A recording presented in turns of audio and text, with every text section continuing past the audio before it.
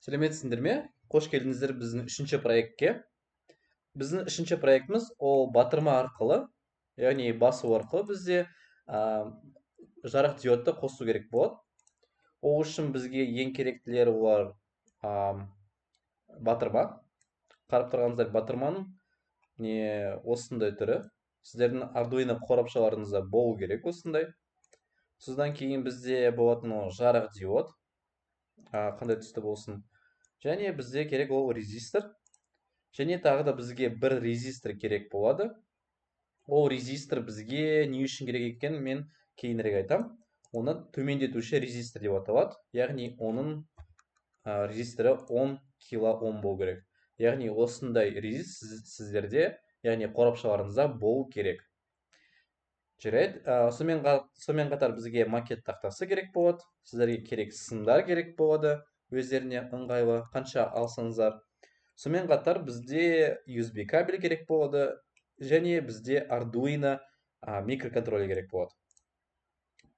Сонымен қатар біз енді қалай бәрін орналастырмау үшін біріншіден біз батырманы айтып кетейік. Батырма қалай жасалады, қалай жұмыс істейді, ол не үшін керек екен. Яғни батырма дегенімізде ішінде электр тізбегі бар, яғни мына жақта кілт болады. Яғни басқан кезде осы батырманы кілт қосылады да, яғни электр тізбегі либо осы клемадан немесе екінші клемаға өту үшін ток күші, немесе осы клемадан екінші клема өту үшін ба, 1B 2Аға, немесе осы клемадан бұл клема өту үшін ба. Яғни бұл жақта екі клеманың арасында кілт қосады. Сондықтан да бұл не үшін керек деген кезде, яғни бізде электр тізбегі қандай да бір батырма арқылы жұмыс істеу үшін керек болатын болса, онда біз сол батырманы қолдану керек болады. Сондықтан да біздің осы мақсатымыз ол батырмамен жұмыс істеуді үйрену. Яғни үлкен проекттерде, яғни жобаларда ол көбінесе өзінің маңызды рөлін атқарады. Сонда және бізде төмендетуші резистор дегенімізде, оны қазір қосқан кезде айтып кетем. Сонымен қатар енді қосуға көшейік. Яғни бізде бірінші жарық диодты қосамыз, өздерің қалағанша. Яғни мен осылай қосам. Бізге керектігі және не? Яғни қарап тұрсаңыздар, бізде анод пен катод. Анод, яғни бізде былай қояйық, яғни анод. Сонда бізде кішкентай несі, ұзын жағы, бізде ұзын жағы сонда анод болады, ал қысқа жағы бізде катод болады. Сонда бізге қосатын ол резисторды біз катодпен қоссақ болады, анодпен қоссақ болады, бәрібір. Мен енді катодпен қосайын. Яғни анод, катод. Яғни анодтан бізге ток күші өтіп, катодқа барады, катодтан ары қарай резисторға барады. Сонымен қатар біз не істеу керекпіз? Біз бірінші, яғни осы электр тізбекке плюс-минустар қоса алайық. Яғни бізде 5 вольт алып, 5 вольт аламыз да, плюс тармағына қосамыз. Яғни оны қызыл түспен белгілейін. Содан кейін барып біз жерді минус тармағына қосамыз. Оны мен қара түспен белгілейін.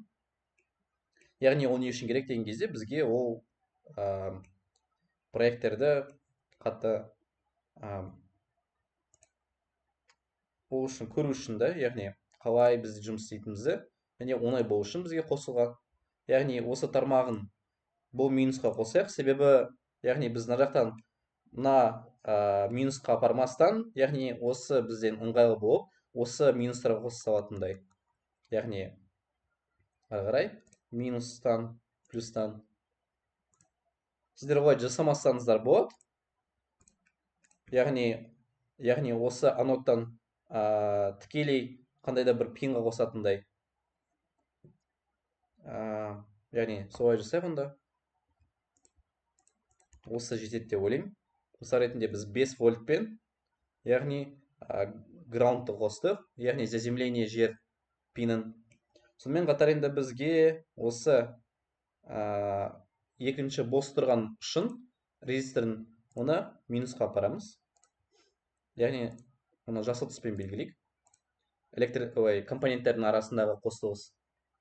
Яғни біз бұл аноттағы оны қосу үшін біз оны 13-ші пинға апарамыз. Яғни диодты қосу үшін бізде.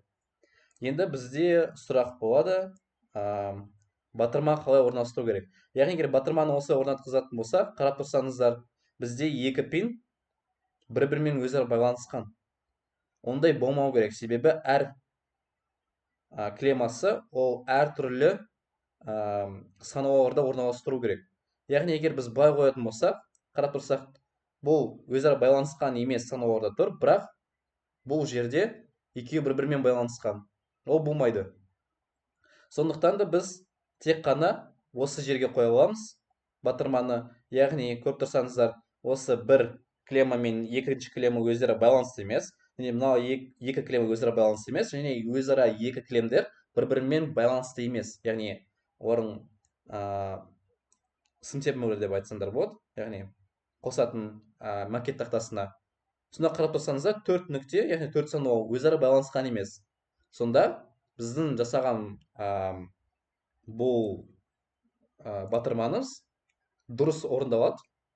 Яғни ешқандай электр тізбегі бір-бірімен қосылып кетпейді. Сонда енді бізде тағы бір резистор қалды. Ол резистор не үшін керек десеңіздер, яғни мысал ретінде батырманың өзінің қандай да бір кейбір кезде проблемалар болады, яғни оның проблемасы өзара басылып кетуі мүмкін. Яғни бос кезде электр тізбегі кілт ішіндегі қосылып кетуі мүмкін. Яғни сіздердің электр тізбегінің батырманы баспастан да қосылып кету мүмкіндігі бар. Яғни егер көп жағдайда оны қолданған кезде ішкі электр тізбегі кішкене бұзылып, яғни бос кезінде батырма басылып кетуі мүмкін. Сондықтан да оны төмендетуші резистор арқылы оны электр тізбегіндегі қосылмайтында, яғни бір қандай да кезде қосылып кеткен кезде, оның ішінде резистор бар болатындай, оны төмендететіндей, яғни оның кернеуін вольт нөлге апаратындай, яғни сигнал болмайтындай біз резистор қосамыз. Резистор қалай қосқан кезде бірінші тармағын, яғни бір клеммаға, яғни былай жасасаңдар болатын еді, басқашалап, егер былай жасасаңдар болатын еді, себебі қазір түсіне көрсетейін, яғни былай. Оның несі жоқ, минусы. Яғни екінші оның клеммасы минус тармағына қосылу керек болады, яғни граундқа қосылу керек болады. Яғни осы жерді біз ыңғайлы, немесе екіншісіне алып барсам да болады. Ондай ешқандай өзгермейді. Жарайды. Осы бір пинін, яғни төмендетуші резистор қосылған пинге бізге енді тағы бір пинға жалғауымыз керек. Яғни осы жерден біз не беретіндей, сигнал беретіндей, яғни біз оны екінші пинға қосамыз. Ол қалайсында біз осы екінші пиннан сигнал бермей тұрып, бізде бұл граундпен, яғни заземление болып тұру керек. Ал екінші, мысал ретінде аяғы, бұл аяқты немесе аяқты алсақ болатын еді, бірақ біз оңайлы болғандықтан, яғни плюс-минус осы жақта болғандықтан кейін, біз осы 4 санаулардың біреуін алайық, осы аяқтықын, яғни осы нені алып, сымтемірді алып, плюс тармағына қосамыз. Яғни қалай? Бастапқы кезде ол заземление мен 5 вольттың арасында болады, қосылмай тұрып. Яғни пин берген кезде сигнал ол, яғни сигнал пин берген кезде ол, мысал ретінде электр тізбегі қосылып, яғни кернеу, яғни ток күші осы плюстан өтеді, осы сымтемірден. Сымтемірден бұл кнопкаға барады, яғни батырма басылған кезде оның арасына өтеді, клемма бірге жетеді, ары қарай ол екінші бізге пинға жетеді. Яғни бұл екінші пин бізде енгізу арқылы болады. Яғни біз оға дейін output деп белгілесек, яғни сигналды беру деп есептесек, пиндерді, енді сигналды қабылдау деп аламыз, екінші пинді. Сонда біз батырманы басқан кезде сигнал аламыз. Енді бізде электр тізбегін құрып болдық. келесі бізге жасау үшін біз Arduino'ны қосамыз. Компьютерге қосамыз. Яғни келесі бізге қайтадан инструментіға кіріп, плата таңдаймыз Arduino Uno'ны. Яғни шыққан кезде Arduino'ның портын таңдау керек. Содан кейін біз ары қарай оған жазатын код керек болады. Яғни қарап тұрсақ бізде void setup'та біз 13-ші пинді қосамыз. Яғни 13-ші пинді. Яғни ол не үшін біз сигнал жібереміз жарық диодқа. Сигнал берген кезде, яғни егер мынау басылса, батырма басылса, яғни сол кезде біз 13-ші пиннан сигнал жібереміз. Яғни жану үшін. Жарық диод жан деп деген команда береміз. Сондықтан да біз 13-ші пинді output дейміз, яғни сигнал беру ретінде. Ал екіншісін, яғни біз LED пин деп аталады, яғни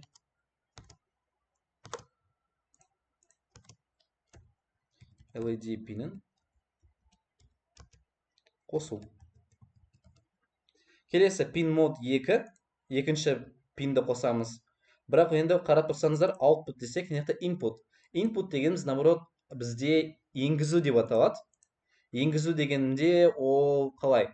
Сонда біз бағана беріп сигналды берсек, input дегеніміз және енгізу о сигналды қабылдайды. Екінші пинімізға. Яғни басқан кезде, батырма басылған кезде, ол сигнал қабылдайды. Яғни плюстан келіп, мынаяқтан сигнал қабылдайды.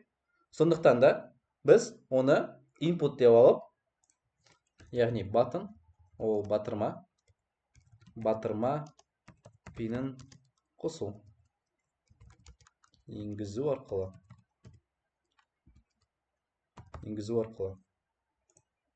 Яғни келесі енді бізде барлық пиндарды қосып алдық. Енді бізге оған команда беру керек. Командалар void loop'ның ішінде жазылады. If дегеніміз бізде ол егер бізде digital read, яғни read бізде оқу, екінші пинді оқыған кезде ол, яғни батырма басылған кезде біз электр тізбегінде сигнал аламыз. Егер сигнал ол мысал ретінде бар болса, яғни high болса, ол бар деген сөз. Яғни егер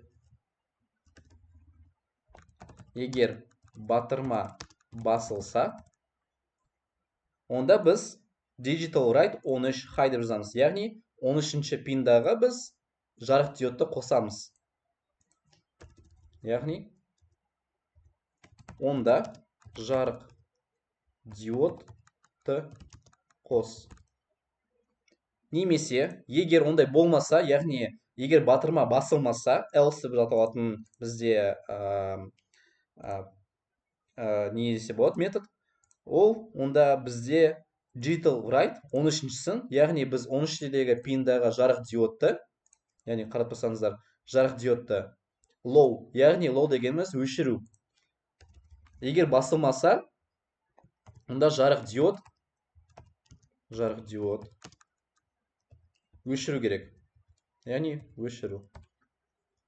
Жарық диодты өшіру. Енді біз өзіміздің кодымызды тексерейік. Яғни егер батырма басылса, онда жарық диодты қос. Егер басылмаса, яғни else деп аталатын, онда жарық диодты өшір. Өшірілі тұр қалпында қой. Яғни біз оны сіздер осы жерге көшіріп, яғни инструменттен бәрін таңдағаннан кейін загрузка деген басасыздар. Сол кезде бізде, яғни не болады?